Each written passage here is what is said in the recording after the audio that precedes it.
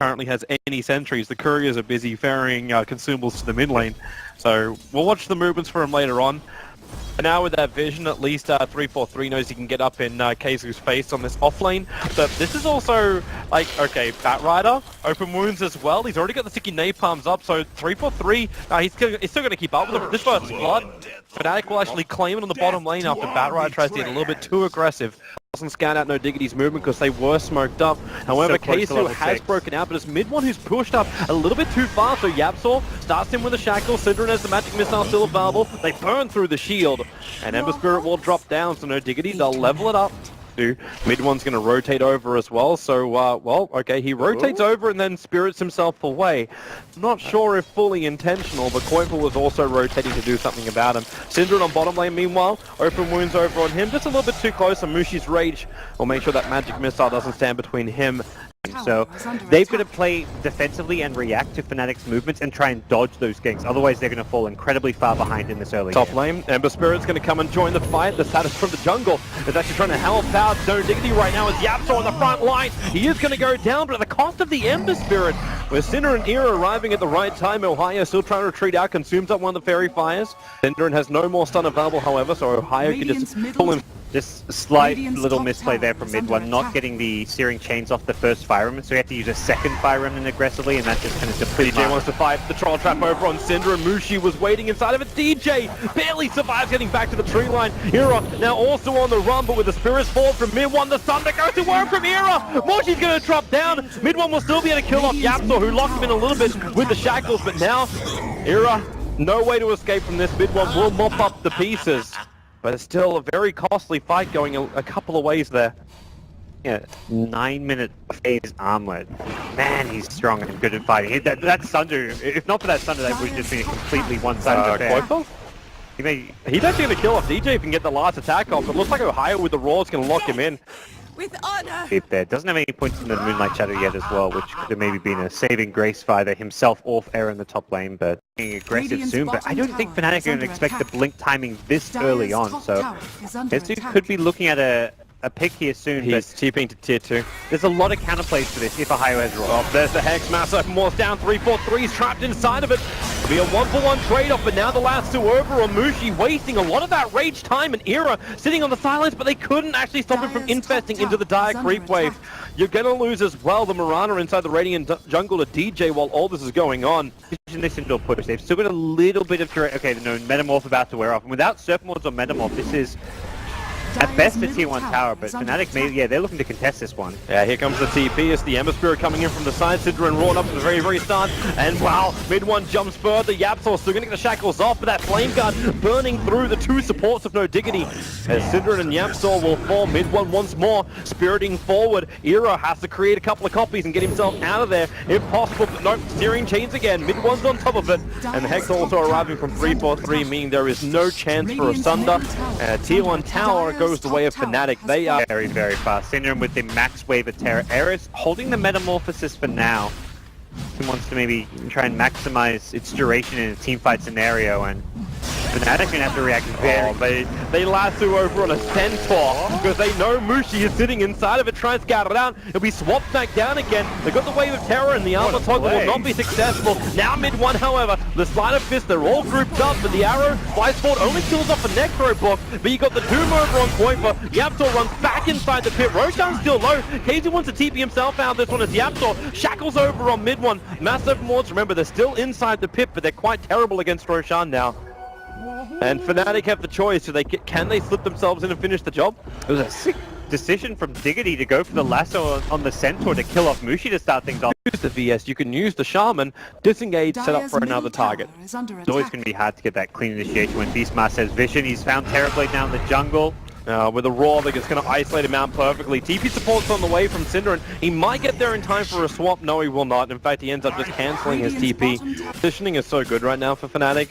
They were probably scouted out by that Dire Observer Ward that's hovering over the bottom rune. So they know that Fnatic actually have, like, a force next to the secret shop for KZU. Oh, there's your blink. Hex, it was the Hawk giving the vision. YapzOr comes in with his own Hex and the Mass Open Wars down. He'll tank up the Raw. The Mech Charge is going to help the sustain coming in from Fnatic. His fight splitting up, but already two heroes down for no Diggity. Synderen's going to be the third one to join him. And there's nothing Koifa can do. Like, they thought they actually had like some kind of reactionary initiation, but flip yourself up. You make sure you're not alone, and you don't give Diggity the opportunity. And they have such good counterplay to the pickoff of Batrider, with they've got 3 insta-stuns in Raw, Impale, as well as the Searing Here Chains. they come. It's an Infest inside the Dark Troll Summoner versus the Blink Up. Who do they go on first? It's the Ember Spirit Keizu. He can't get the last 2 off before the Flame Guard's triggered. Even Yapsor taking out the fight by the Raw. They're going to lose 2. They're going to lose more. They've lost 3. The Doom's on point. We'll have to hide up in the tree line. And the only hero who's able to escape is Era back through his own jungle. Koifa will die in the tree line. And no Diggity. If that smoke play worked, it would have been nice. Again being sniped out by Koifa, but that's the Thunder Hide, which is being possessed right now by Mushi. Moving in towards the top ranks. No, Diggity have no choice. They have to come back and try and fight this.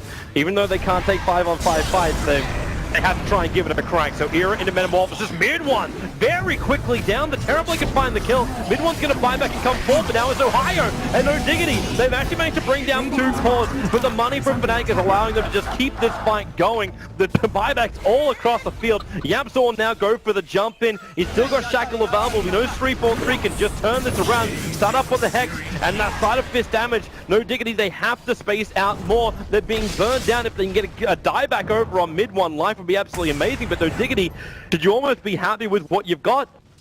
Yeah, you could be happy, but you can be even more excited if you get another pick or 2. The arrow is flying in. Are they going to dodge it? No, DJ walks into it, but Mushi will arrive. The time for Searing Chains helping to kill off Cinderin. And 3-4-3, at least Yapsor will keep him out for now. They put down the wards, and Mushi will die. He tried to infest himself away to safety, but it was unsuccessful. So no Diggity. They actually get, well, they get buybacks galore. Vision. It's so risky when you've got the ward, so you do have some vision. If you can catch, if you see Fnatic split up on the retreat, then yeah, you can get something out of it. Here's a problem. You can't stop Aghanim from triggering Starfall. Just triggered over on the ball and was instantly pinged out by Fnatic, so they knew that no Diggity were moving under the cover of smoke. Cinderin wants to TP out, but the Hawk is right on top of him. So at this point, they just leave Cinderin and get the hell out. Probably a good call. I've seen that one a few times with no Diggity. Cinderin being like the mobile ward. One way to look at it. Bottom lane Koi for Searing Chains on him. He's already used Leap, he can't blink away, and they should go for a double control. Keizu, they blink, roar, and then Finger of Death mops him up very quickly. He was on top of that misplaced Observer ward. And Koifa with a leap away. Actually, is he going to survive this? The Spirits are jumping down. Yes! He'll be able to TP out. But it's still a massive problem. They still lost their Batrider. Searing Chains and then Remnant away, he can fully commit to a fight. And when you've got this big of a farm advantage as an Ember Spirit, you're actually pretty good at just kind of staying in the front line, dishing out damage. They used the Hawk as bait. He walked up just to deep water. Now Mushi swapped up into tip for town, but Cinder explodes to the Finger of Death. Fnatic want to move out a little bit further, even though DJ's in very, very deep. Era's going to be doomed up, but he's very happy with that. He'll tank it out. Like, maybe not so great because he can't create his illusions after triggering Metamorphosis, but he'll at least be able to survive. Well, this will be at least one lane of Frax. With Mushi having an Aegis, there's a good chance Fnatic just swing their way towards this top lane.